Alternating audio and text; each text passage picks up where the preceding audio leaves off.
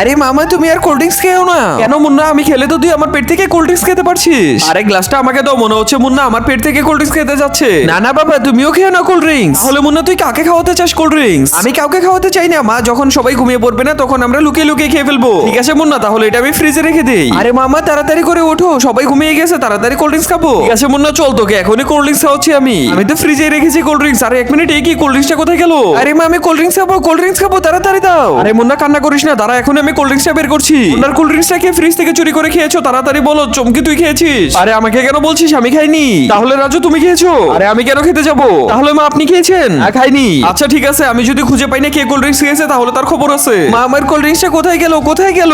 আরে এক মিনিট, ওখানে কি দেখছি আমি? ওরা তো সবাই কোল্ড ড্রিঙ্কস ভাগ করে খাচ্ছে। মুন্না ওইদিকে তাকিয়ে দেখ, ওরা কোল্ড ড্রিঙ্কসটা লুকিয়ে রেখেছিল আর এখন ভাগ করে খাচ্ছে। মুন্না আর চম্পা জানতেই পারলো না আমরাই ওদের কোল্ড ড্রিঙ্কস খাচ্ছি। আরে রাজু একবার ভেবে দেখ, ওরা যদি জানতে পারে তাহলে আমাদের কি হবে? মা ওদেরকে কি এখনই বলো, ওদের কি হবে? এখনই বলতেছি মুন্না, ওদের সবকিছু গায়েব করে দিলাম। আরে আমাদের কোল্ড ড্রিঙ্কস কোথায় হারিয়ে গেল?